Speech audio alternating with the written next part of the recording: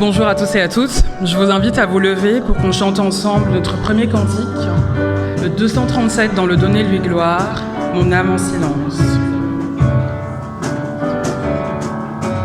Mon âme en silence se tient devant toi. Quand ta présence, sensible à ma foi. Seigneur, je t'écoute. Seigneur, parle-moi. Sans crainte ni doute, je m'attends à toi.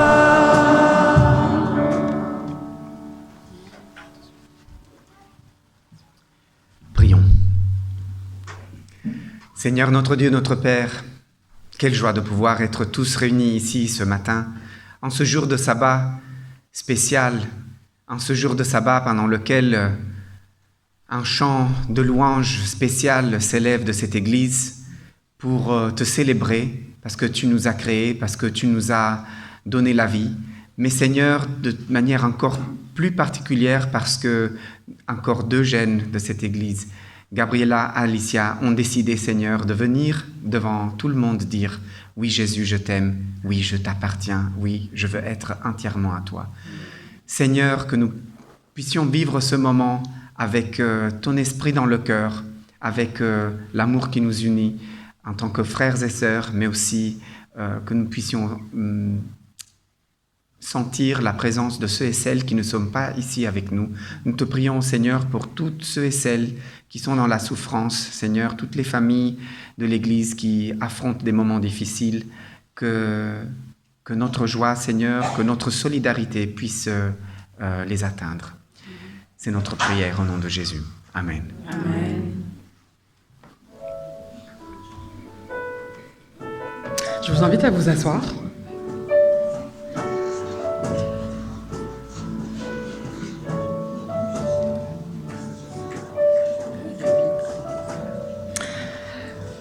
Je vous souhaite à tous et à toutes une cordiale bienvenue ce matin à l'église de Woluwe pour ce moment assez spécial.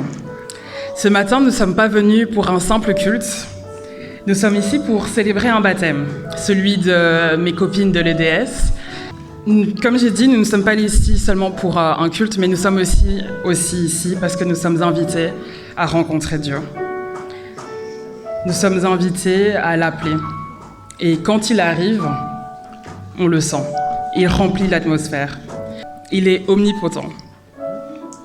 Et je ne sais pas pour vous, mais parfois on a un peu l'impression que omnipotent, c'est qu'il est lointain, c'est qu'il est loin.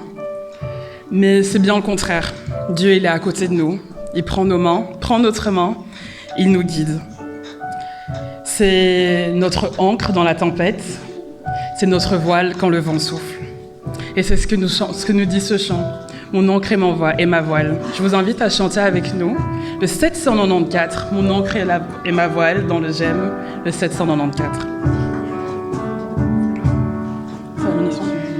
Et ma force, ma consolation,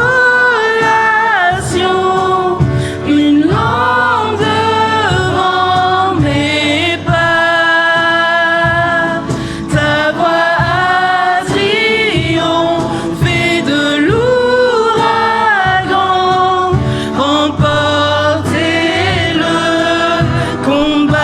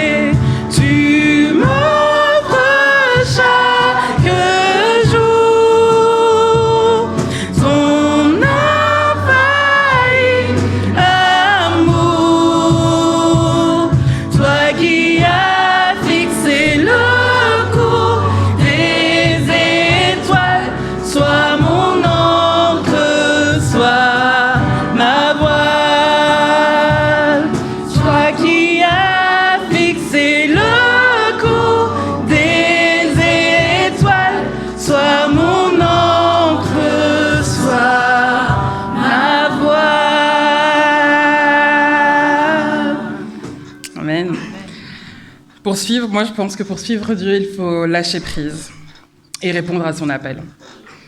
C'est ce que Alicia et Gabriella ont fait aujourd'hui. Ce matin, elles disent publiquement « Entre tes mains, Seigneur, j'abandonne tout ». Et nous aussi, nous sommes tous invités à faire de même. Je vous invite à chanter le 301 dans le Donnez-lui gloire. « Entre tes mains, j'abandonne ». 301 dans le Donnez-lui gloire.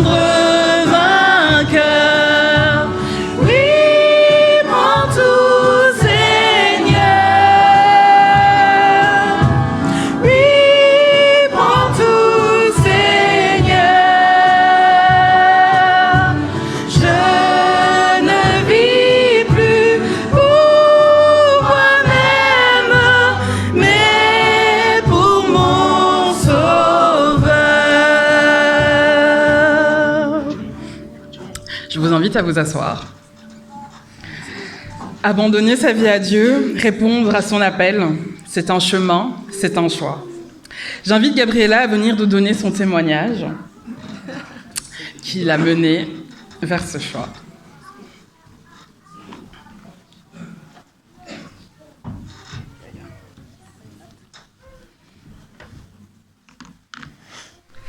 Bonjour à tous, bon ça va ?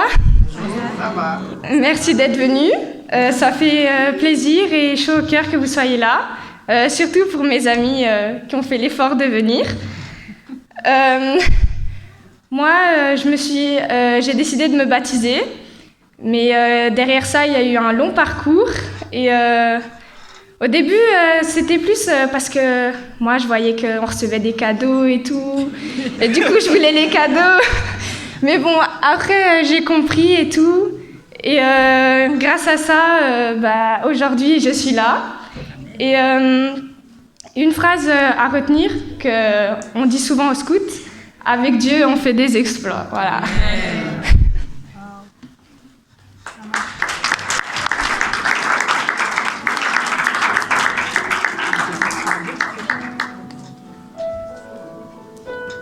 Merci Gabi pour ce témoignage.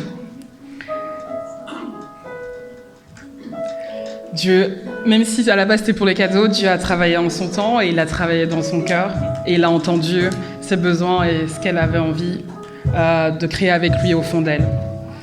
Nous allons chanter le 570 dans le GEM, Entends mon cœur, 570 dans le GEM.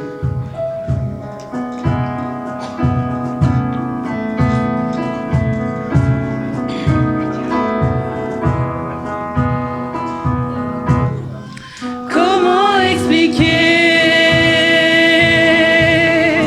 et comment décrire un amour si grand, si puissant que rien ne peut le contenir. Tu sais mes espoirs, Seigneur, tu sais mes craintes. Les mots sont bien trop petits pour dire tout l'amour que j'ai pour toi. Alors entends mon cœur, mon esprit qui te loue. Entends le chant d'amour d'un enfant racheté. Je prendrai mes faibles mots pour te dire quel Dieu merveilleux tu es. Mais je ne pourrai pas te dire combien je t'aime. Alors entends mon cœur. Si tout comme la pluie, les mots pouvaient couler. Et si j'avais l'éternité, je ne pourrais pas l'exprimer. Mais dans les battements de mon cœur, tu entendras toujours. Merci pour la vie, pour la vérité et pour le chemin. Alors entends mon cœur, mon esprit qui te loue. Entends le chant d'amour d'un enfant racheté. Je prendrai mes faibles mots pour te dire quel Dieu merveilleux tu es. Et je ne pourrai pas te dire combien je t'aime. Alors entends mon cœur. Tu sais nos espoirs, Seigneur, tu sais nos craintes. Et nos mots sont bien trop petits pour dire tout l'amour que nous avons. Alors entends nos cœurs, nos esprits qui te louent. Entends le chant d'amour de tout est racheté. Nous prendrons nos faibles mots pour te dire quel Dieu merveilleux tu es. Mais nous ne pourrons pas te dire tout notre amour. Alors entends nos cœurs. Non, nous ne pourrons pas te dire tout notre amour. Alors entends nos cœurs. Non, nous ne pourrons pas te dire tout notre amour. Alors entends nos cœurs.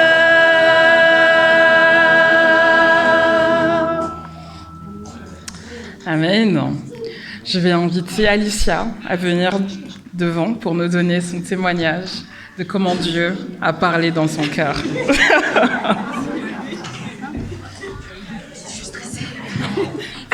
T'inquiète, ça va aller. Merci beaucoup. Bonjour, bon ça va. Je suis vraiment très contente d'être ici devant vous et oh là là. Je suis un peu stressée, j'avoue, mais c'est c'est un bon jour et c'est la fête dans le ciel et ici. Merci d'être venu et de pas peut-être avoir raté un date avec vos compagnons et d'être ici à la place. Pour commencer, moi et Gabi, du coup, on est dans l'église genre depuis toute petite. J'ai jamais connu genre ne pas aller à l'église. Et moi, j'aimais beaucoup aller à l'église quand j'étais petite. Après l'église, on allait jouer là-bas. C'était vraiment bien. Et je me souviens, petite anecdote, quand j'avais 4 ans, je me souviens, à l'EDS, genre des bourgeons, je pense, on disait oui, Jésus il t'aime, et si tu lui demandes des choses et tout, il va t'exaucer. Du coup, moi, une fois, j'étais allée dans mon coin, j'ai fait oui, Seigneur, s'il te plaît, donne-moi une licorne. J'ai pas reçu de vraie licorne, mais j'en ai reçu une en carton. Du coup, techniquement, je l'ai reçue. Après, ça c'était quand j'avais 11 ans. Je pense que c'est vraiment quand j'ai cru vraiment en Dieu, parce que j'étais dans l'église, on me disait de croire et je croyais, mais là je pense que c'est vraiment le moment où j'étais en mode mais oui, c'est vrai, il existe vraiment. En gros, je me souviens exactement, j'étais devant la télé, on regardait le journal avec mes parents et ça parlait d'un homme qui se faisait courser par un ours et on avait tout la scène parce qu'il avait une caméra et c'est comme s'il y avait un ange avec une flèche qui m'avait tiré la flèche en mode oui, convertis, toi, crois vraiment, et elle m'a touchée et genre j'ai vraiment senti dans mon cœur un truc et c'était vraiment trop bizarre. Je suis en mode purée, qu'est-ce qui m'arrive? Et j'ai expliqué à mes parents et du coup ils m'ont expliqué. Après, j'aimerais dire aussi que quand j'avais genre 13-14 ans, début de l'adolescence et tout ça, aller à l'église, ça me tannait, c'était énervant, purée. Je voulais dormir et on devait aller à l'église, j'étais en mode... Et du coup, c'est pour ça que j'aimerais remercier ma maman qui a fait du coup plus ou moins vers cette période-là les études bibliques, parce que si elle n'avait pas commencé là, je pense que je ne serais pas là aujourd'hui et j'aurais fait ça beaucoup plus tard. J'aimerais aussi dire merci à mes animateurs de l'EDS, parce que vraiment, quand on y va à l'EDS, c'est vraiment grave intéressant ce qu'ils font. Et c'est bien qu'ils font ça à notre niveau d'ado. Et grâce à ça, j'ai appris plein de trucs. J'aimerais aussi remercier tous les diacres et les diaconesses pour tout ce qu'ils ont fait aujourd'hui. C'est vraiment incroyable. Il y a tellement de nourriture. J'ai vu ça, j'étais en mode « Oh mon Dieu, ils ont trouvé ça où ?» Après, merci aussi aux chantres pour les chants qu'ils ont faits. C'est vraiment magnifique et j'aime beaucoup la liturgie d'aujourd'hui. Et aussi merci à mes amis qui sont présents, qui m'ont jamais jugé, qui m'ont jamais fait « Oh, t'es un adventiste, c'est trop bizarre ». Non, ils étaient toujours moi « Ok, d'accord ». Et même ils me posaient des questions et c'est vraiment agréable. Choisissez bien vos amis. Et à la fin, j'aimerais remercier tous les chefs scouts que j'ai eus, parce que malgré le fait qu'aux scouts, on ne va pas que traîner dans la boue. Il y a aussi Jésus et la Bible qui rentrent en jeu et j'ai appris plein de choses grâce à eux au camp et aux réunions. Et il y a une phrase, la dernière phrase que j'irai, qu'on disait énormément au camp 75, à mon premier camp Explo, c'est « Le monde est méchant, mais Dieu est amour ».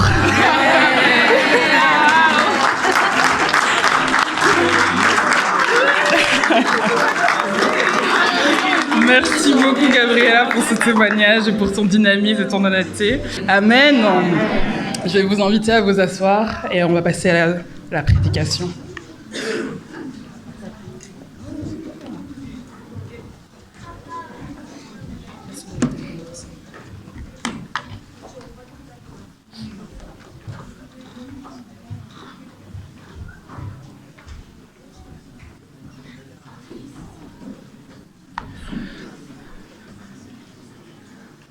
Je n'aurai pas l'éloquence d'Alicia,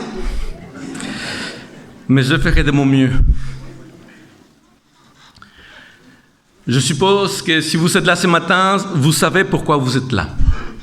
Ce n'est pas comme si, là, à ce moment-là, vous dites, mais purée, mais pourquoi je suis venu?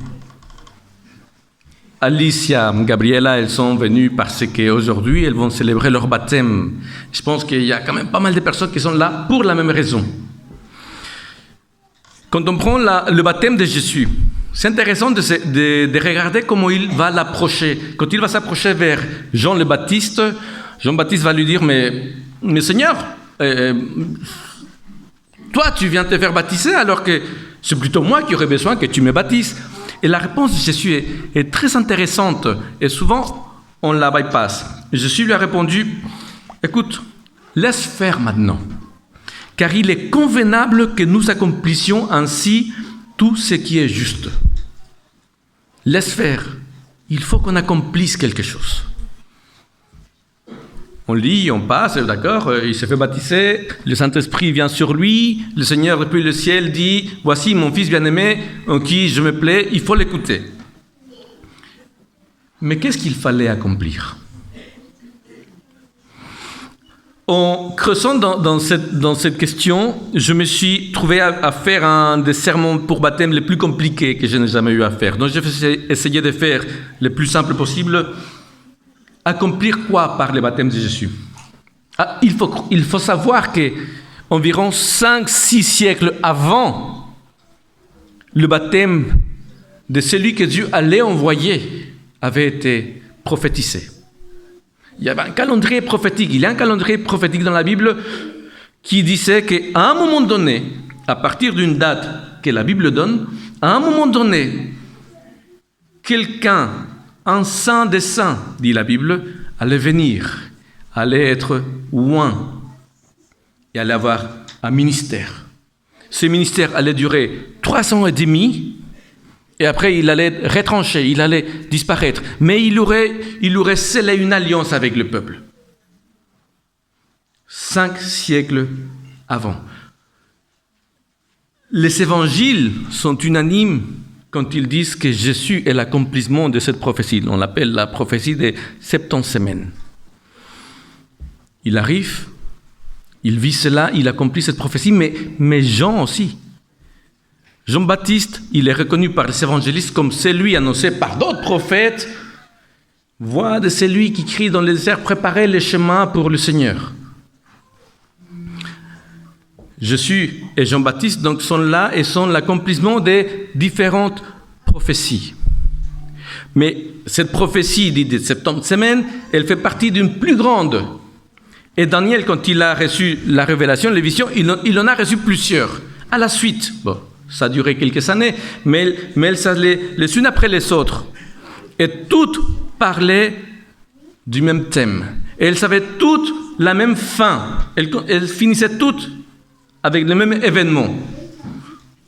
Le royaume du ciel va faire irruption sur la terre, il va s'instaurer. Et il va instaurer un royaume de paix qui n'aura pas de fin. Donc, elles viennent toutes pour raconter un événement plus grand. Depuis la perspective du prophète Daniel qui reçoit cette révélation, l'arrivée du Messie et le jugement se chevauchent.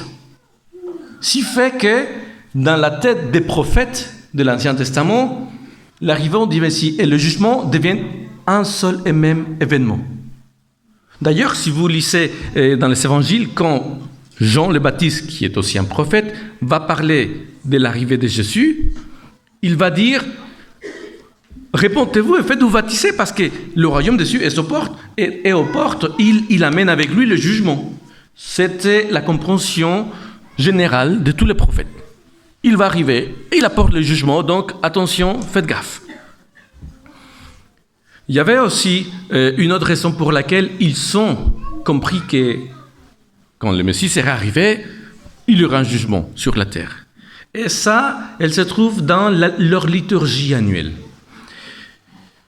Dans leur liturgie annuelle, qu'est-ce qui s'est passé pour le peuple d'Israël? Dans le calendrier, Dieu leur avait donné toute une série de festivités et aussi de sacrifices pour qu'ils se rappellent régulièrement qu'ils avaient fait une alliance.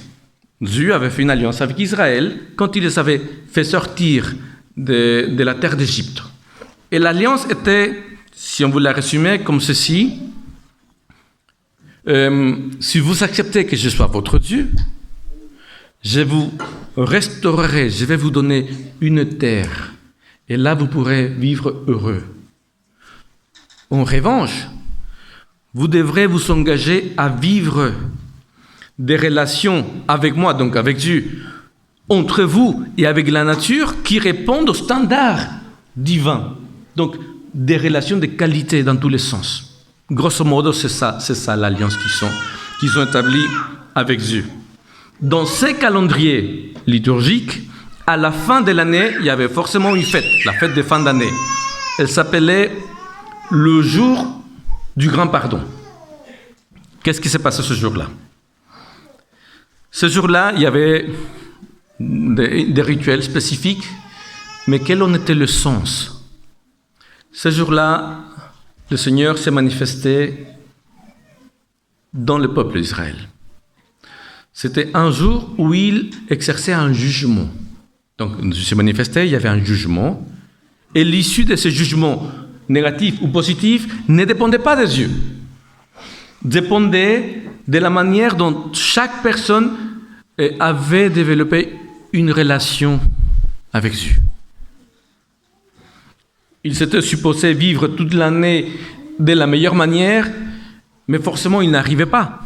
Mais Dieu leur avait dit, si vous n'arrivez pas, ce n'est pas grave. Du moment que vous venez, vous reconnaissez que vous n'arrivez pas, que vous avez fauté, peu importe, que vous me demandez pardon, que vous demandez de l'aide pour réussir. C'est tout ce que je demande. Et on peut être bien. À la fin de l'année, quand Dieu venait, il venait pour rencontrer ces personnes. Et l'idée, c'était, est-ce qu'on est bien ensemble?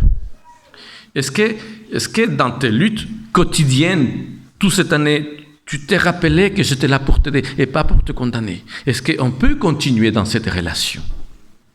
Dans la mesure où les personnes étaient dans cet état d'esprit vis-à-vis de Dieu, ils avaient l'assurance qu'ils commençaient la nouvelle année en étant complètement pardonnés et en ayant la bénédiction totale de Dieu. Alors c'était la fête. Donc pour eux aussi, dans leur calendrier liturgique, l'arrivée de Dieu était semblait encastrée avec son jugement. Et c'est important d'être prêt pour le jugement. Avec ces calendriers liturgiques et avec les prophéties que les personnes avaient reçues, les prophètes avaient reçues, on comprend pourquoi quand Jésus arrive et quand Jean est en train de prêcher qu'il arrive, il va dire « le Messie arrive, le jugement arrive ». Et si vous regardez dans les évangiles, en particulier en Matthieu, il va dire, il vient avec du feu, il va nettoyer son terrain, il va prendre le blé, il va jeter la paille au feu, les arbres qui ne produisent rien, c'est toutes des images, il va les couper, aussi il va les jeter au feu, il arrive, le royaume de Dieu arrive, soyez prêts. Donc cet appel est pressant parce qu'il y a ces 12 éléments qui viennent de l'Ancien Testament qui sont là, le calendrier liturgique et les prophéties, donc le Messie arrive. Or, quand Jésus est arrivé, oui, il accomplit les prophéties, mais il n'y a pas eu le jugement qui était prêché. D'ailleurs, Jésus lui-même, à plusieurs reprises, il va le dire. Par exemple, dans l'évangile de Jean, il va les répéter à plusieurs reprises. Jean chapitre 3, versets 17 et 18, Jésus va dire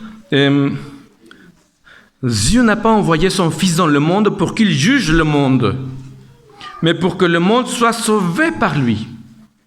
Celui qui croit en lui n'est pas jugé, mais celui qui ne croit pas est déjà jugé, parce qu'il n'a pas cru au nom du Fils unique de Dieu.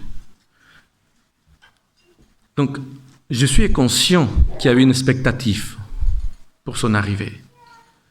Que le peuple pensait que quand le Messie serait arrivé, il allait venir pour juger la terre. Alors Jésus doit le dire à plusieurs reprises. En fait, ça va se faire, mais pas tout de suite. Et les apôtres l'ont compris par la suite. Il va venir d'au-delà, il va venir pour juger les vivants et les morts, pour rétablir son royaume. Ils l'ont compris par la suite. Et Jésus a dû le dire. En fait, oui, je suis venu. Mais c'est que vous avez compris comme un seul événement. En fait, c'en était deux. Là, je viens pour en accomplir une partie. Quand Jésus arrive, et il va vers Jean le Baptiste, et il dit, il faut, laisse faire, il faut qu'on accomplisse certaines choses. Il y a tout cela, c'est ça le contexte. Il y a des choses qu'on attend, puisque les prophéties avaient donné aussi le moyen de comprendre quand, plus ou moins, le Messie devait arriver. À la période de Jésus, il y avait une effervescence au peuple d'Israël. Il y avait d'autres personnes qui s'étaient levées pour dire « c'est moi le Messie, c'est moi le Messie ». Et comme il y avait cette attente, beaucoup de personnes avaient suivi d'autres personnes qui disaient être le Messie. Quand Jésus arrive, les évangélistes disent « c'était lui ». Et il était venu pour accomplir certaines choses. Donc, le trajet de Jean-Baptiste et le trajet de Jésus, tous les deux, annoncés des siècles avant, ils vont se croiser. Et là où l'accomplissement de l'un et de l'autre vont s'emboîter, c'est justement lors du baptême. Le baptême de Jésus est un accomplissement de quelque chose annoncé, espéré, attendu. Et lors du baptême de Jésus, il a reçu l'onction du Saint-Esprit. Et depuis là-haut, le Père Céleste a fait l'annonce officielle. C'est mon fils, c'est lui que j'annonçais que j'allais envoyer. C'est lui, il faut l'écouter. C'est officiel, Dieu est avec les humains. Il y a des choses à faire, il faut l'écouter. Jésus n'est pas venu, comme il a dit, pour juger. Mais un jour, il reviendra pour le faire.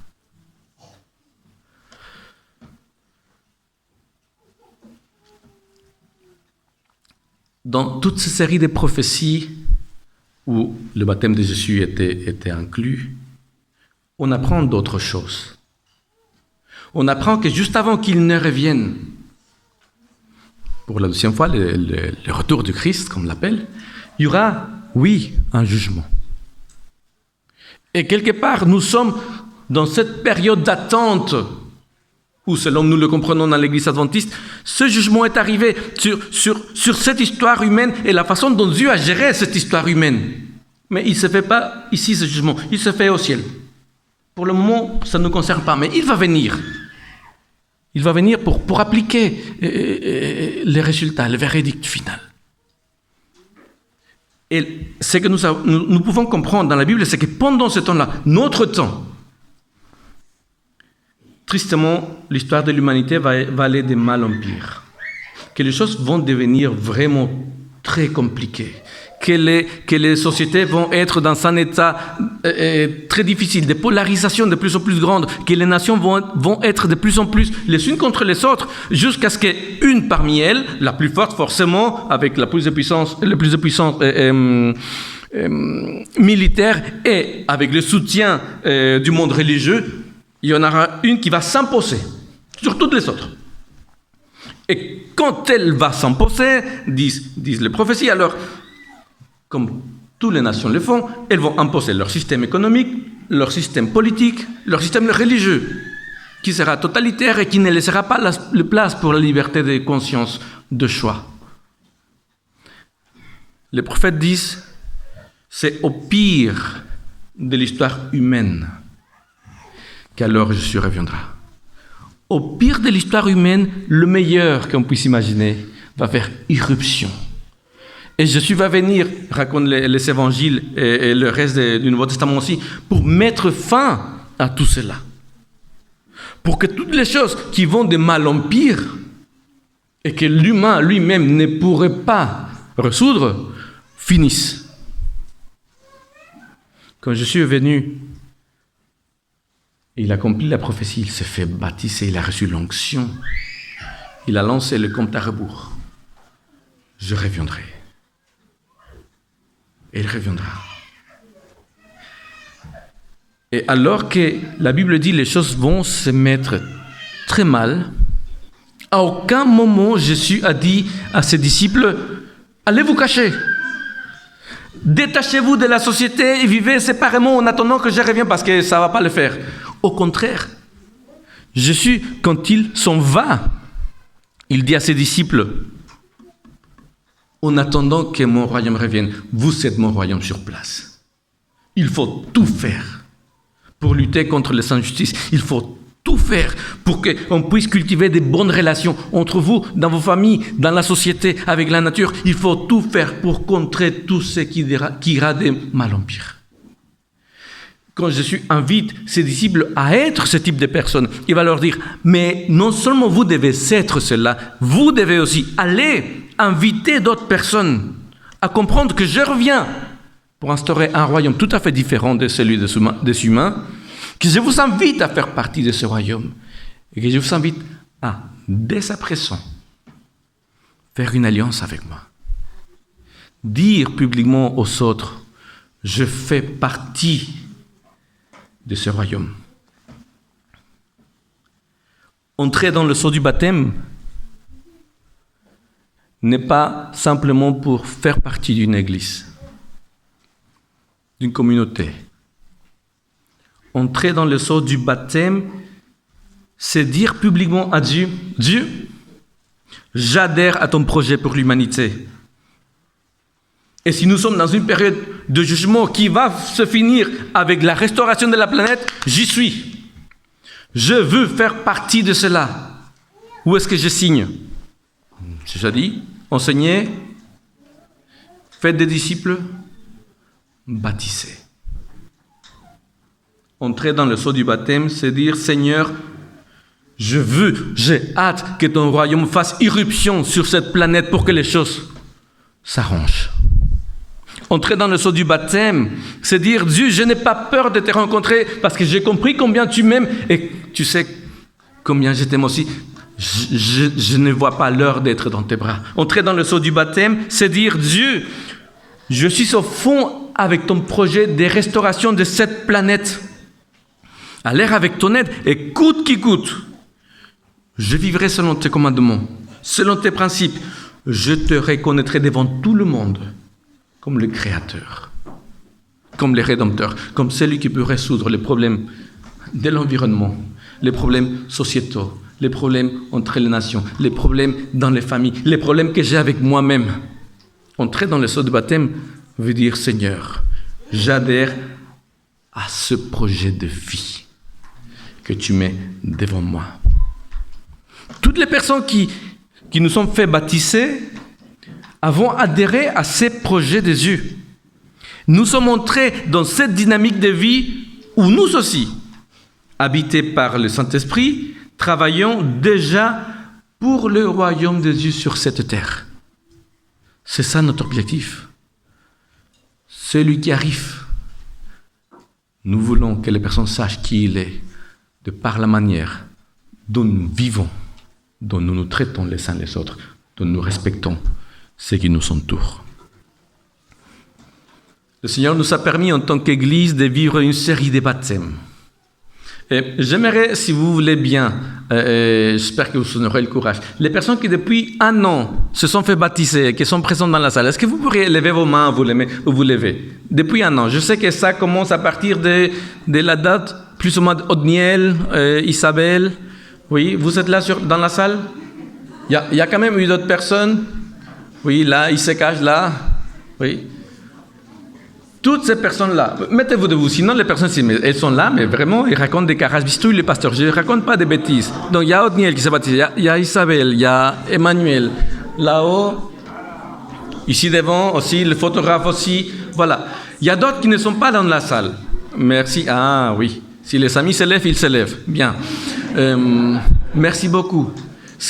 Vous pouvez vous asseoir. Vous êtes, mes amis, vous êtes des citoyens du royaume des cieux. Vous êtes engagés dans cette démarche, dans ce projet. Et on en est heureux, on en est fiers. Merci de l'avoir fait. Il y a d'autres personnes qui ont adhéré à l'Église par profession de foi. Et elles sont peut-être là aussi. Il y a des personnes qui ont demandé à faire partie aussi de l'Église simplement parce qu'ils sont changés d'une communauté vers une autre. On entre tous dans ce projet de restauration que Dieu a proposé et dont Jésus a lancé le compte à rebours. Je reviens. Est-ce que tu aimerais faire partie de ce projet? C'est vrai que c'est un peu difficile à dire ou à faire ou à manifester comme ça, mais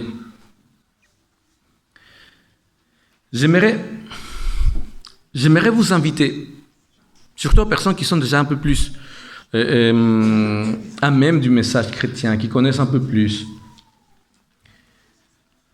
Si tu te dis, Seigneur, c'est un projet qui me convient.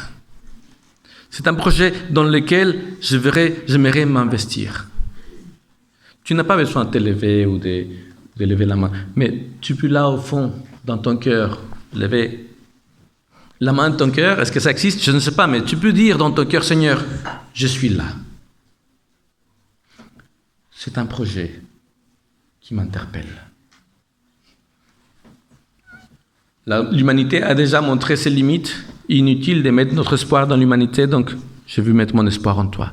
Je veux, Seigneur, faire partie du royaume des cieux.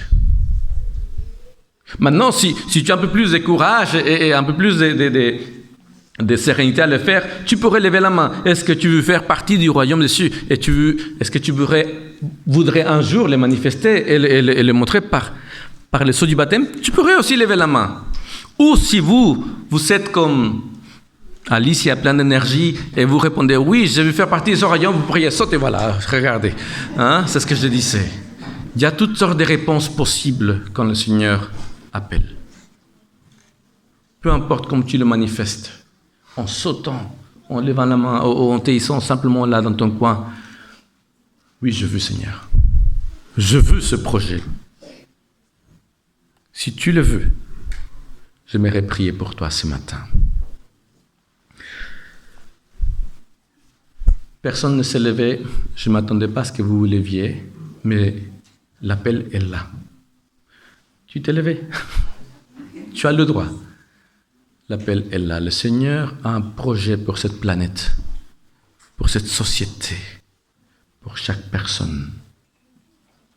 Et tout comme Jésus a manifesté son adhésion à ces projets par le baptême, il a dit à ses disciples, apprenez aux autres que s'ils veulent adhérer à ces projets, je ne leur demande pas simplement de croire en moi, mais je leur demande aussi d'y adhérer par le baptême.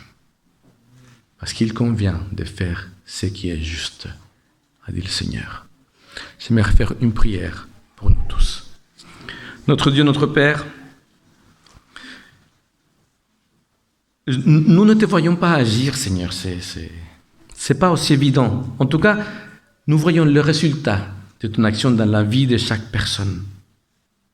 Et je ne sais pas qui dans son cœur, Seigneur, bien que je pourrais avoir l'une ou l'autre idée, je ne sais pas qui dans son cœur a dit, Seigneur, moi, j'aimerais pouvoir un jour faire cette alliance, ce geste public, ce qui est juste selon les paroles de Jésus. J'aimerais entrer dans ton projet et y entrer par le baptême.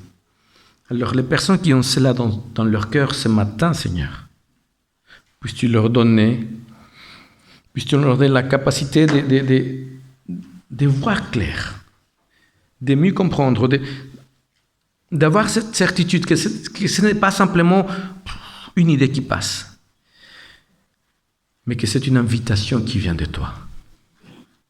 Que c'est une invitation à vivre autrement, à voir les choses autrement, à comprendre les choses autrement. À voir là où il y a des difficultés, des opportunités, des possibilités avec toi. Je te demande, Seigneur, que ce matin, cette invitation puisse résonner fortement dans le cœur de chaque personne. Que cette invitation, Seigneur, ne reste pas sans réponse. Et je te demande de donner le courage à ces personnes d'aller voir quelqu'un de leurs amis qui te connaît déjà, qui a déjà fait une alliance avec toi, pour leur dire, montre-moi, explique-moi, dis-moi. Le reste est entre tes mains. Merci parce que tu écoutes. Merci parce que tu réponds. Amen. Alice et Gabriela, je vous invite à venir pour ce moment qu'on appelle la profession de foi. Ce moment demande une explication. Avant chaque baptême, nous demandons aux personnes qui vont se faire baptiser de venir témoigner publiquement ce qu'elles croient. Alors nous avons, si vous voulez, un résumé de ce que nous croyons, la manière dont nous croyons, et nous invitons aux personnes qui se font baptiser à acquiescer publiquement selon leurs croyances et leurs convictions. Une vie meilleure ici et pour l'éternité. Désires-tu vivre avec Jésus une relation telle que la vie qu'il veut t'offrir devienne une réalité dans ta vie dès à présent? Oui. Approchez-vous là.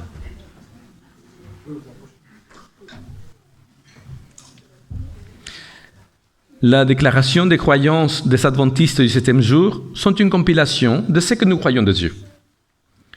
Nous sommes toutefois appelés à approfondir et questionner les Écritures et notre façon de les comprendre pour connaître toujours mieux notre Dieu, pour mieux l'aimer, pour mieux le servir lui et l'humanité.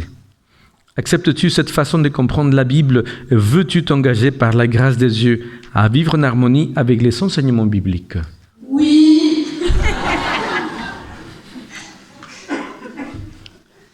Désires-tu être baptisé pour témoigner publiquement de ta foi en Jésus-Christ, être accepté dans la communauté de l'Église adventiste du 7e jour et la soutenir fidèlement et sa mission par l'influence que tu peux exercer autour de toi, ainsi que par tes dîmes, tes offrandes et par une vie de service?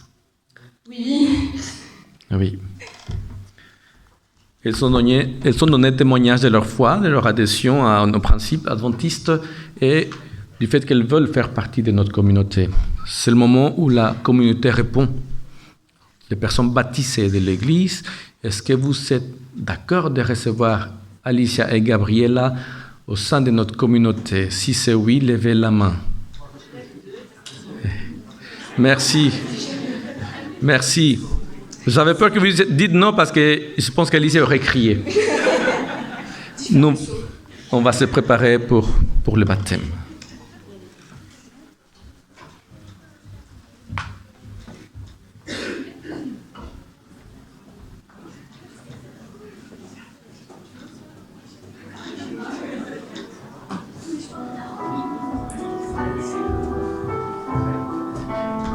Et maintenant, les diacres passeront parmi nous pour la récolte des dîmes et des offrandes, qui, pour ce qui concerne les offrandes, iront dans le fond d'église pour soutenir toutes les dépenses auxquelles notre communauté doit faire face.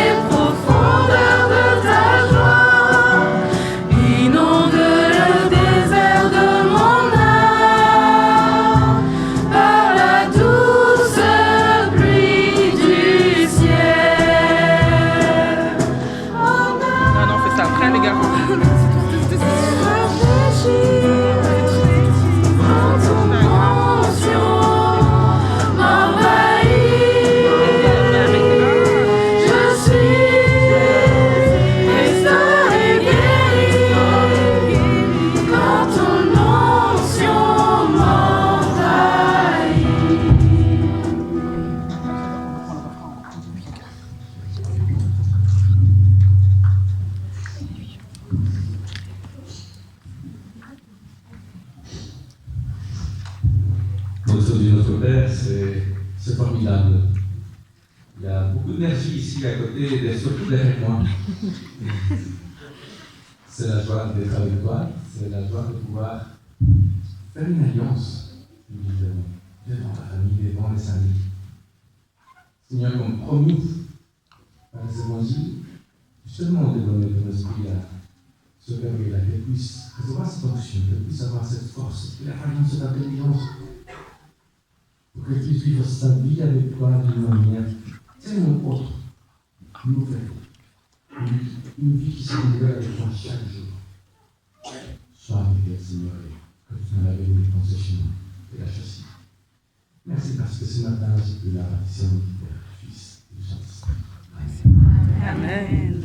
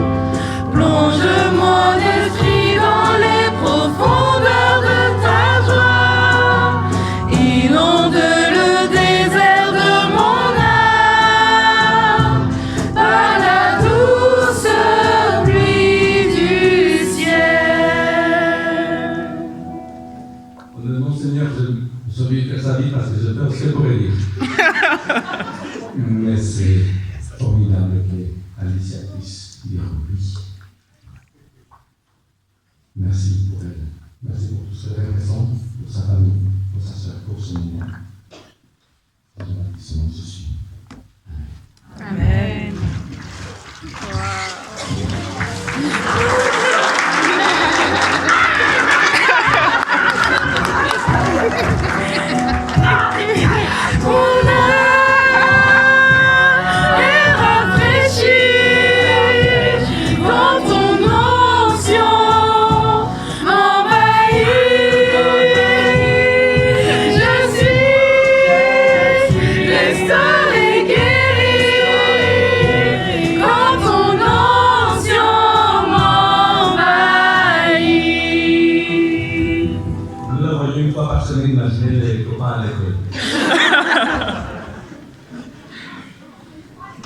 Ça, c'est l'état d'esprit. La joie, faire partie de ce projet, de ce que Jésus promet, de ce que Jésus propose. Alors que vous soyez timide, comme Gabriela, ou extraverti, comme Alicia, il y a la place pour tout le monde. Alors, prends ceci. Le Seigneur est là, et il ne veut que le meilleur pour vous. Amen. Amen.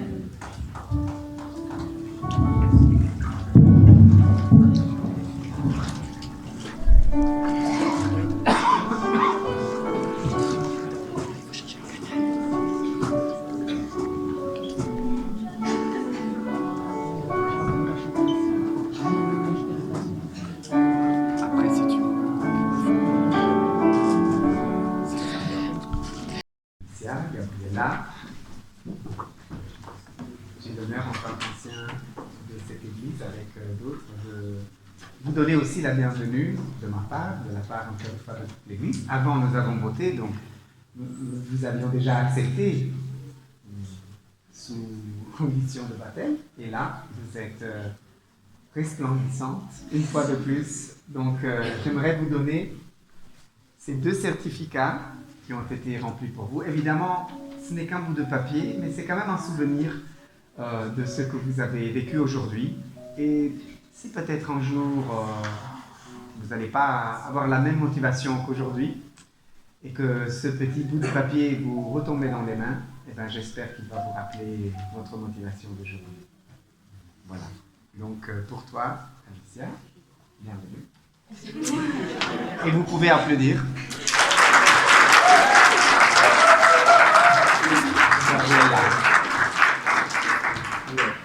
Nous avons aussi des cadeaux. Voilà. Donc, l'une est pour David. L'autre est pour Alicia. Voilà. Et nous avons aussi d'autres cadeaux. Celui-là, Jacques, on l'a donné pour toi. Et pour toi, Alicia. Voilà. Nous avons pensé qui pouvait l'ouvrir après, hein, il n'y a pas de problème. Il n'y a rien de mieux que d'offrir la parole de Dieu. Jésus s'est offert, donc à notre tour, nous pouvons nous offrir comme sacrifice pour Dieu. Eh ben. C'est alors que je vous invite à vous mettre debout, nous allons prier avec Carlos.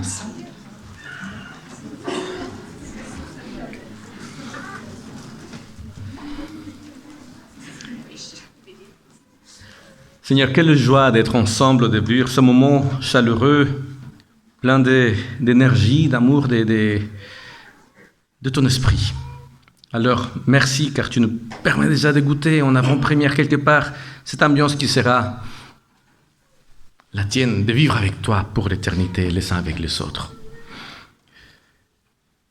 Continue, Seigneur, à nous permettre de sentir ta présence nous accompagnant chaque jour.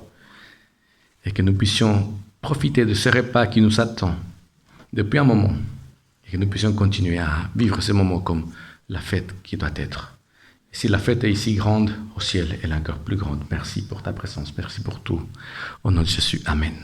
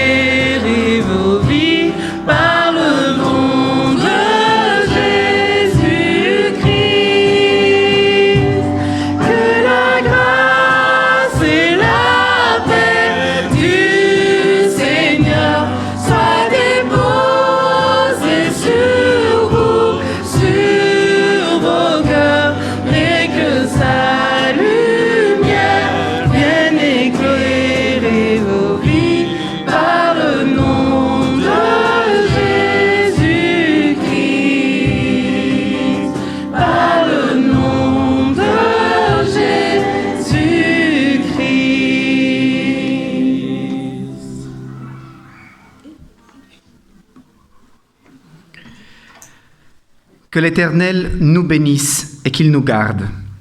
Que l'Éternel fasse luire sa face sur nous et qu'il nous accorde sa grâce. Que l'Éternel tourne sa face vers nous et qu'il nous donne la paix. Amen. Amen. Pour la sortie, il y aura un chant, mais les diacres, les diaconesses vous feront sortir fil par fil. Comme ça, la sortie sera faite en ordre et vous pourrez dire bonjour et féliciter les filles qui vous attendent à l'entrée. On descendra tout de suite après pour le repas ensemble.